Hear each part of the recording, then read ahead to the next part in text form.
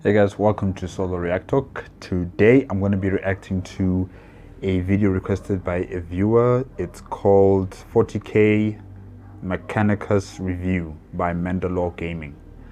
40K, I know of it, Warhammer 40K. I know a bit of it. I know about the God Emperor, Earth, Mars, the Mechanicum or Mechanicus of Mars. I know about the elite soldiers. I think not the Adeptus Custodes, but the Adeptus. Those super soldiers, guys, come on. The Adeptus Astartes, yes, I know about them. I'm not really well versed in 40K universe lore, but I know some things. Yeah. Oof. Okay, maybe I need to watch like a video on them or something. Maybe next time. Okay, let's start. 40K Mechanicus review. 3, 2, 1.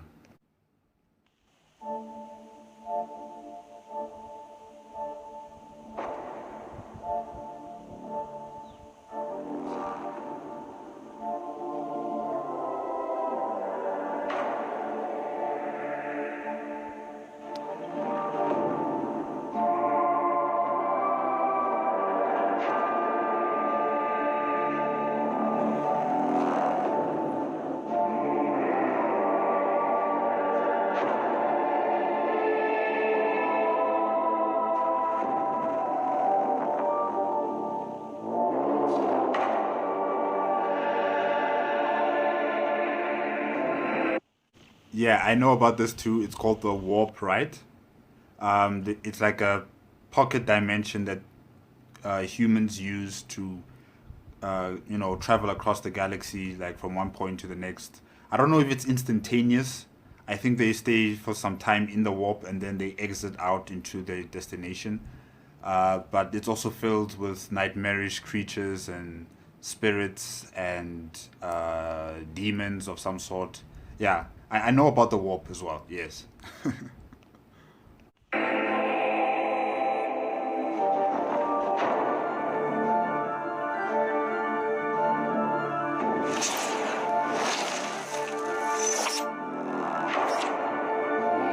Welcome back to Warhammer. There are no Space Marines this time around. Instead, this game has you playing as the Adeptus Mechanicus, and you're on a field trip / home invasion to rob the Necrons. That may have sounded like gibberish. The Mechanicus have been in some games, usually with the Imperial Guard, but they're not the Imperial Guard. Okay, picture Inspector Gadget, but he's a monk and he fixes your car. Okay, I'll get into the lore. I'm going to assume you know about the Imperium of Man and all that. The Mechanicus works with the Guard, but they're not part of the Guard. Like, picture Amazon. Imagine it has a giant government contract. Not only do they make and sell knickknacks and random stuff, they also make cars, tanks, guns, ships, and everything else needed to wage a war and also just run the economy in general. That's them, and there is no competition. They make most every gun and vehicle in the Imperial military, so their organization has a lot of sway. This is because when the Imperium was being founded on Earth, they already had their own empire on Mars. They only joined up because their organization was given a ton of autonomy. It got challenged here and there, but we don't have time for those stories. So as virtually the only research and manufacturing center, they get up to stuff. Sometimes their experiments have questionable legality. No, they don't get bothered much. Let's say some smug commissar tries to tell on them for, say, making an AI. Well, they can just say, it's not an AI, there's a human brain in there. How do you know? I promise. Even if you manage to get them in trouble, they might start having manufacturing issues. And then they can't send you vehicles and weapons anymore. Then all your men get eaten by bugs or demons or something. Because this won't work without this. Okay, simple enough. Now, most of the best stuff is hoarded by the AdMech's private army. They're always looking to recover old technology or discover new ones. And there happens to be an ancient alien race with hyper-advanced technology and entire tombs of it. These are the Necrons. So what is a Necron?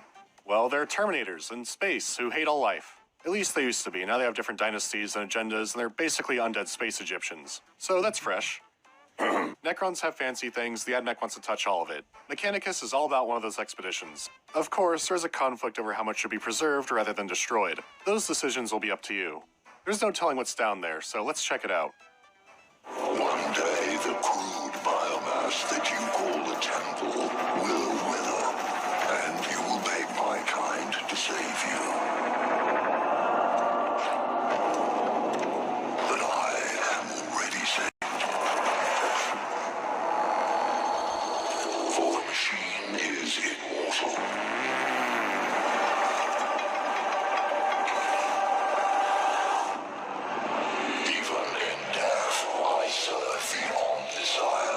That's one hell of a title drop. For starters, this is a turn-based tactical game. There are many levels and mechanics of fighting the Necrons, but we'll hold off on all of that for now. Okay, before I continue, so the Mechanicus, you could say like they're in alliance of convenience with the Imperium of Man, right? I think they're like in an alliance of convenience where they both need each other.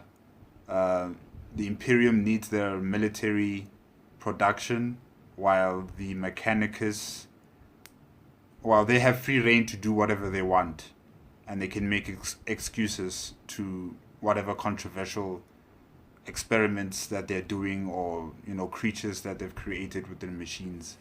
So yeah, it's like an alliance of convenience. Okay, let's continue. Yeah. Let's begin with the visuals. The game is sold at half the price of a AAA game, and it looks the part. If you've played other games in the genre, the texture work and detail in the environment isn't going to be the best thing you've ever seen. There's also a depth of field effect on zooming, which I would like if you could adjust it. I actually like the effect when it's subtle, but it's very aggressive here, and there's no option for it. So having one would be ideal. I'd still say this game is punching above its weight when it comes to the budget. The use of fog, shadows, light, and reflections do help make up for the shortcomings. On a technical level, I'd still say it's good, especially for the genre. There's been a few better, but a lot more worse, especially when this is being carried by some fantastic art direction. What the environmental detail lacks is made up for by the character models. If anything, the relative minimalism does help accent them. Whenever I saw Tech Priest, I always wondered what all that machinery was even for. I mean, where do you start? Well, now you'll know, because every class upgrade, piece of war gear, weapon, equipment, it's all modeled. You can end up with very different looking soldiers, and push even further by coloring them in. Then you throw in all the troop types you can bring into a fight. They're not as customizable, but they do change visually when they upgrade. It's a nice detail to have. The look of this game is very appealing to me. I think it could be because the detailed and colorful models and a relatively bland surface reminds me a lot of the tabletop game. I mean, technically you actually are playing a tabletop game within a video game. Except when your troops die in-game, they die for real in the game. Wait, the Necrons have minis too, and you can steal them. Okay, we're getting too meta here. The 2D artwork is also great and horrific. The Necrons have some cool models too. However, the visuals aren't the real star of Mechanicus. It's the sound. What do Apple Store Jawas sound like? Computer sounds, I guess. Yeah, that's about right. Holy shit. I wasn't expecting this.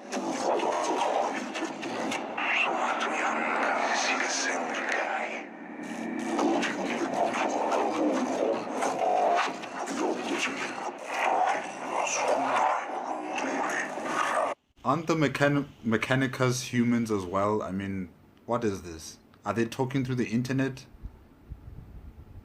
Okay. They kind of sound like Cybertronians from Cybertron or something. It's weird.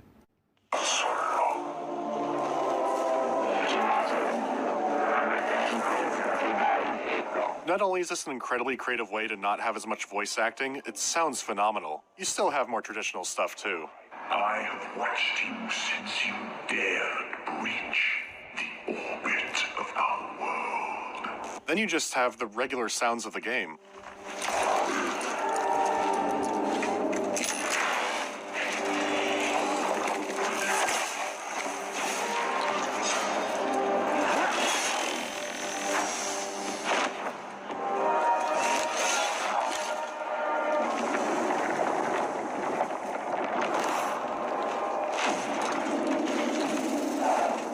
Okay, I just want to say that the Necroids, they are talking English, and the Mechanicus are talking their own gibberish. I don't know what the hell that was, but yeah, it's gibberish. That is weird. Why is it that aliens are talking English, but the Mechanicus are not talking English?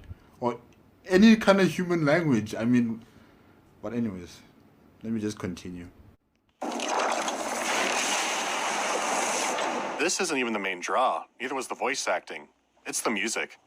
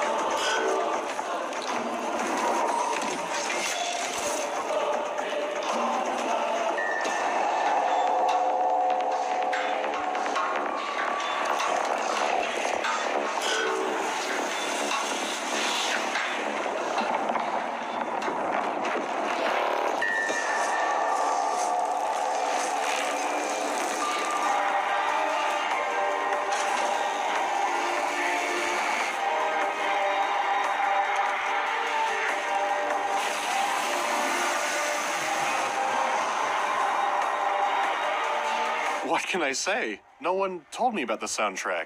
It's the most electronic a Warhammer game has gone, and appropriately so. It's very industrial, so the melodies remind me of engines revving. The vocals can change from European medieval monks to, like, Egyptian priests chanting. It's like you're playing with the big boys now from the Prince of Egypt, but the big boy's a Necron Lord.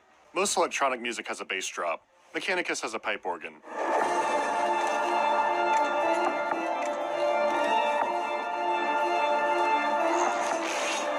It's a supremely creative soundtrack, and it's one of my favorite Warhammer OSTs now. And this is from a franchise with a lot of competition in a music genre that I'm not that into. It's just that good. So overall, the presentation is outstanding. The aggressive depth of field is my only real style issue with it. Yeah, the music associated with 40K Warhammer, it's usually having that kind of gothic feel, and with the church. What is it called? The accordion, I think it's the accordion. He just said it right now. The musical instrument. I forgot what it's called. But yeah, they mainly related with that kind of gothic priest kind of hymn singing kind of stuff, and it does suit the game as well. So yeah, I also like it. A turn-based game. I'm not really. I haven't really played any turn-based games before, as far as I can remember. So it's not really my forte, if I can say. But it looks interesting. It looks interesting so far. With it. Besides that, there's an occasional stutter after taking an action, and I think that's an engine thing. It only seemed to be noticeable in some particular maps. Beyond that, it's very stable, and trust me, I've played worse. Speaking of playing, let's talk about that. You can divide the game up into 3 separate sections. The first is tomb exploring. There are several kinds of rooms, and different missions have different layouts. If you've played something like Darkest Dungeon, this will be familiar to you, except you can see where you're going. With each new room you go to, an awakening meter will increase. This represents the tomb activating more stuff as they become aware of you, and you don't want to wake the Necrons. Starting off, it's not a huge deal.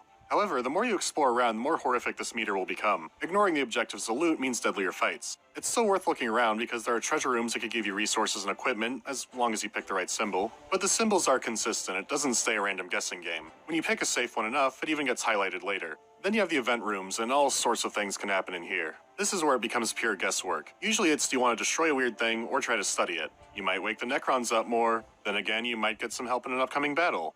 Now, some of you might be going, oh, the game's ruined, I hate that shit. Well, I have good news. There's an option to have symbols appear for the results, so it will no longer be completely random. In fact, while there are standard difficulties, this game is absurdly customizable. Nearly every mechanic and stat can be adjusted or flat out turned off. You can adjust it to be a walk in the park or the hell crawl that you crave. So just keep that in mind. I'll be coming back to this dungeon part, but I'm gonna move on for now. The second part is the battle. You slap your troops down in a small area and begin the fight. You may be surprised if you thought this was going to be a copy of another game. There's no such thing as accuracy. If the weapon's in range, it hits. No cover system either. You're either out of range or completely obstructed behind something big. Line of sight and weapon range are the name of the game. You can't sit around and Overwatch either. Your tech priests don't know how. They don't want to sit around, they want to touch all everything. There's only one who can Overwatch, and you will learn to hate him. The only units dodging shots will be your own, and only through a special class upgrade. Accuracy may not be an unknown factor, but there are several others. You can gauge your own weapon range, but not that of the enemy, or their potential damage output or abilities. Most importantly, you don't know how much health they have. There are 2 damage types, physical and energy, with armor for both. High armor can completely absorb an attack. This means without intel, you could be firing off useless shots and not even know it.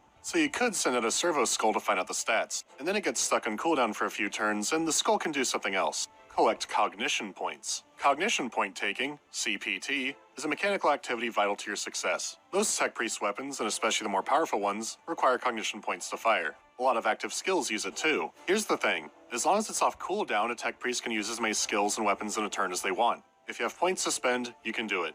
If you have a point, you can sprint outside of normal move range. Once again though, you can keep doing this. So if you have the points for it, you can just run all over the map. This is your lifeblood. The easiest way to get it is grabbing it off map objects. These refresh when a turn phase is over. You can find special war gear to get it, you can get it through skills. As the game goes on, you find more sophisticated ways to keep that meter filled. Even defeated enemies have some on the body. So with careful strategy, you can keep that meter in balance. Instead of just shooting a robot, you can have a Radio Shack man stand next to it, so when he gets shot, he can collect the point. Then again, maybe you should just try to get rid of the bodies immediately. So the cognition points are like the ultimate attack or ultimate ability that you are able to activate if you have enough of them. Yeah, interesting. They're Necrons.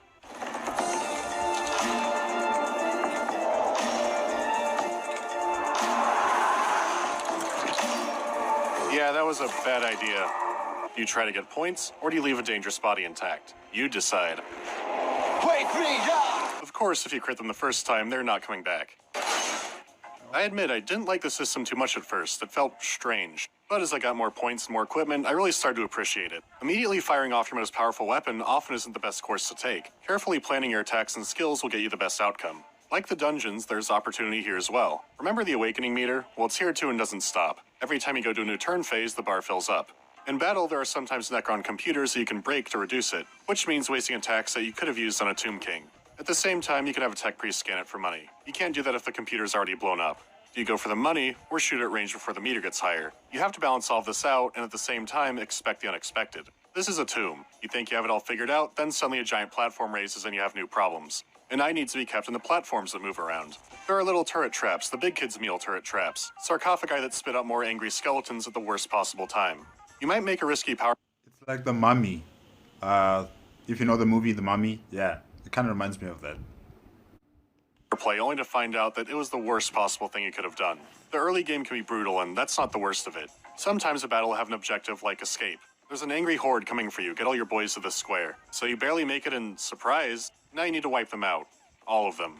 Once again, this only happens some of the time. This is something I hated starting out, but it made more sense later. For now I want to move on to the third part of the game so I could go back through it with proper context. This is the downtime aboard your ship when you manage your army. When you complete a mission, you get all kinds of rewards, including new equipment. There are tons of different weapons and equipment pieces. You likely won't see every one in a single playthrough. This extends the troops and their upgrades. The currency, called Blackstone, can be used to spec out your priests. Each tree will unlock 4 pieces of special class armor, but other than that, you could equip anything on anyone. You just need enough slots to fit the equipment, and you get more as you level up. These guys can get way up there too. They could multi-class right from the get-go.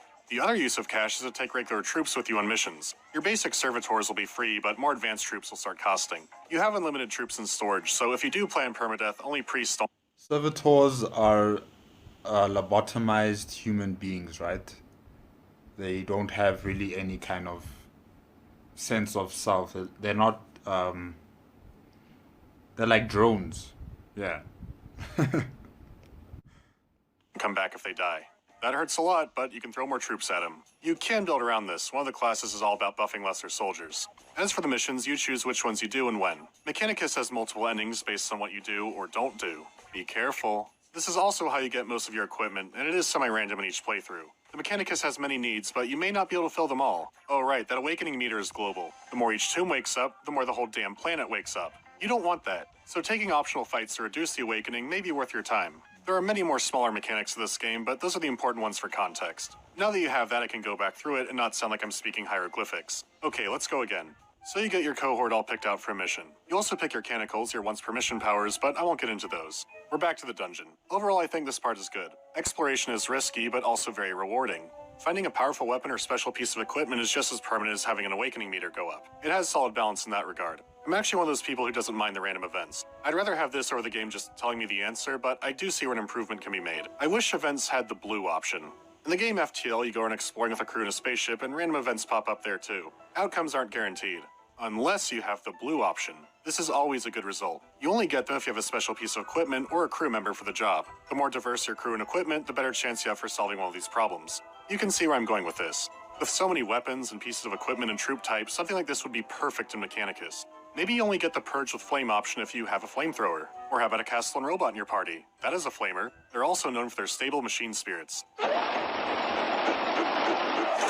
It would be a nice addition. It could also lead into a more balanced party, which I'll get into more soon. The combat in Mechanicus is great. The core to your victories will be tactical thinking, but unexpected things happen just often enough to keep it interesting. Again, the presentation is exceptional. The impact and sound of weapons, the physics of how bodies fly around, everything about it makes combat satisfying. The points and class system means you have a ton of options for playstyles. For example, the troop buff class I mentioned. Troop attacks cost no points, which is huge. The catch is that deploying them in each battle costs points. More advanced troops will cost more. So while they are effective, they require setup, which you could have been attacking with.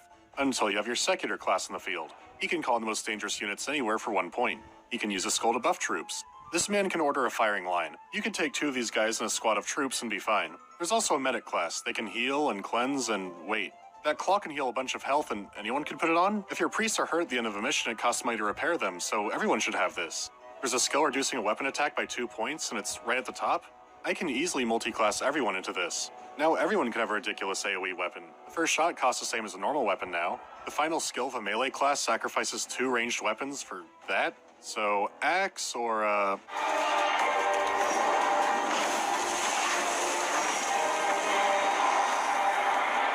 I think this game needs some class rebalancing and maybe some item restrictions. Because once you're past the early game, the challenge could get easy and fast, even on the hardest difficulty. And I'm not saying everything should be restricted. Maybe just the highest level of specialized equipment. Just enough so the medic class isn't virtually useless and really situational. Because everyone can be a medic who heals nearly as much. I'd love to use a pure melee class if it had some neat abilities. Maybe they could have a skill to instantly blow up a Necron computer in range but still get the money from it. Something similar to the CP scanner. Naturally, there are special options to restrict things more. Maybe they could be turned on by default and appraise the Omnissiah difficulty or something like that. One part, one priest is an interesting way to play, but I still like to multi-class. At bare minimum, I think some class things need to be rearranged, because there is great stuff here. As it is, I just find it too easy to make a god class once you know what you're doing. I did try to avoid it because I like having a varied squad. I only wish the choices seemed more natural and synergetic. As is, it feels like gimping myself. Okay, so you can, well, once you've acquired your team, your entire team can be multi classes. There can be a healer, there can be a technician, a warrior, or any other form of classes that are available to you. Yeah, it kind of might defeat the game. Like, I don't think you would enjoy it as much if all of your members of your group are able to do everything. There should be at least one person who is exceptional in one particular field, you know. But I don't know, it depends on the person. For me, particularly, I wouldn't want all my characters to have the same abilities, to have all of the abilities. Yeah, I'd want to have one specific person with that kind of specific class system. Yeah. So, interesting. Very interesting. Let's continue. I'm gimping myself. I don't know, maybe the fumes are getting to me. Wait. No, no. It's like every game is happening at once. I don't know how to... Is that Linus Tech Priest? Insects. This galaxy is infested with vermin. Moving on. Don't get me wrong, the gameplay is still tons of fun. There's a lot of joy in setting up your attacks and moves, even if you do want to make the most OP build possible. The core of the gameplay works, and it works wonderfully. It just needs some adjustment. There's also the bug, and I call it the bug because it's the only one I noticed, but boy. A few of the beam weapons claim that they cannot hit a thing in front of them, and I know it's not just me. Sometimes it won't say it's locked to a target no matter what. Sometimes it won't aim well or fire across a gap. Sometimes it will refuse to aim at all, and sometimes it's like the gun's not even on. Usually I could fix it by just moving a space, but this is a disaster waiting to happen. And by that I mean someone will start breathing really hard and typing really fast. Probably me. It never happens with the guns that can fire through walls. I'm guessing the others see objects so they shouldn't. Another issue is I think they need a few more map layouts. There are some great unique maps, but by the end you'll notice some repeating, especially if you play at the higher difficulty for more fights. And that marks the end of my big issues with the game. Looking at the footage editing this, I actually want to go play it some more, but I'll talk about the story too. It's shockingly engaging. The premise is simple, defeat the Necrons, and what should we do with them when we do? It's the exceptional dialogue writing that makes it stand out. The conflict over Pulverize or Preserve is well developed, and there are good arguments on either side. The more you learn about the Necrons, the more parallels you see. The presentation gives this sense of weight to everything. Like, what happens here will have gigantic ramifications. It's rare to see this scale of importance in the big picture when it comes to a 40K game, but here it is. And it's being delivered by really engaging dialogue.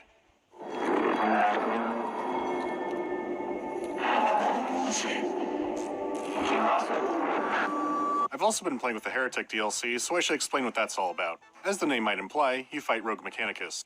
There are new weapons, new equipment, and a new class to fiddle with. You also get 2 new types of troops, though I never found much of a use for the Infiltrator, which is a shame because I love the look of it. The new class I'd put firmly in the needs work category.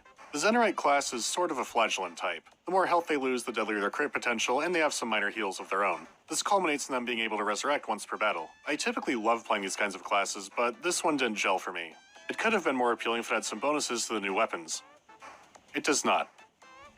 I don't know what to make of it. But hey, there are heretics to kill. They're spread across new map types aboard your ship, and they look great. Unfortunately, there are only 5 new missions. They're spread out in parallel with the main campaign, so you can't go through it all at once. There's also no exploring section. This time you get to choose your own adventure. It determines your place on the map, your objective, and a few other things. So the missions can be slightly different on replay.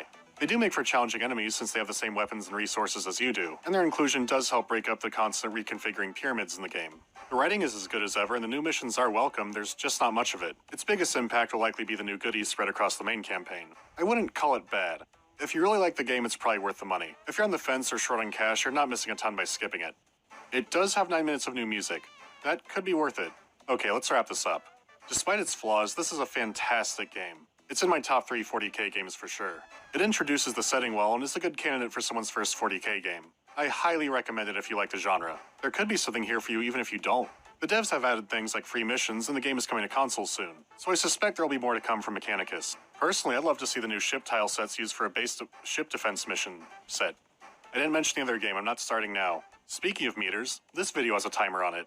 Inspired by a friend, I contacted the Polish Information Network to send a message to the devs. If it worked, the game should be more than half off on GOG from the link in the pinned comment. If not, well, it would only be for a few days anyways. Regardless of what you have it on, I do have a request. If you have it on Steam or some platform with a review system, and you liked it, go ahead and leave a positive review. I never asked for that, so why would I? As you may know, in the past few years, there have been some stinky, borderline cash grab 40k games. It was to the point that I think the brand is tainted when it comes to video games now. The reviews let others like me who passed this by for so long know. This one isn't a dumpster fire. This one is good. Check it out. I'll see you next time for the fantasy game. Summon the Elector Counts!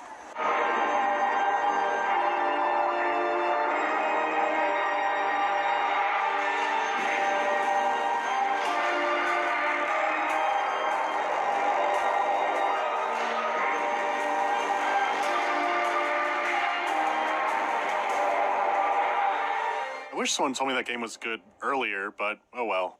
GeForce Now or Stadia?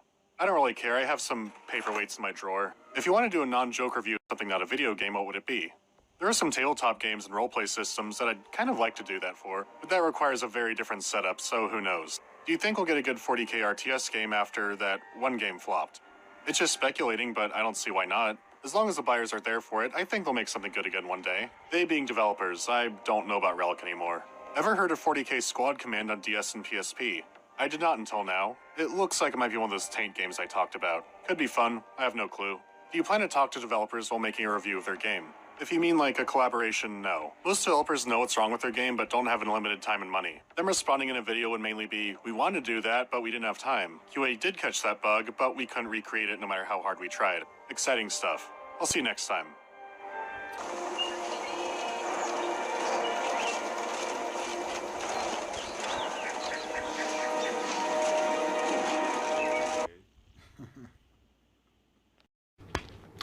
Well, that's it for 40k Mechanicus review by Mandalore Gaming. Yeah, the game looks okay. I'm not entirely sure if I'm bought into it, like to play it myself personally, because it's not really the type of game that I'm used to playing, but I think I could try it out. The music really would, you know, make it a bit more entertaining for me, especially with that kind of gothic theme around it. The game kind of seems like like the movie The Mummy, and also maybe like Tomb Raider, yeah, but with zombies and, well, not zombies. What were the Necrons again? Mechanical robots, skeletal mechanical robots. Yeah, so it's got that kind of feel to it as well. I still can't understand why the Mechanicus half human, half cyborg people cannot speak properly, but the Necrons can speak. Yeah, I guess the game will take some time to get used to, you know, especially for me. But I'll see about it. Okay guys, that's it. If you liked the video, please give me a like, comment and subscribe to my channel. Click on the notification bell if you want to be up to date with my latest videos, and I will see you next time. Okay.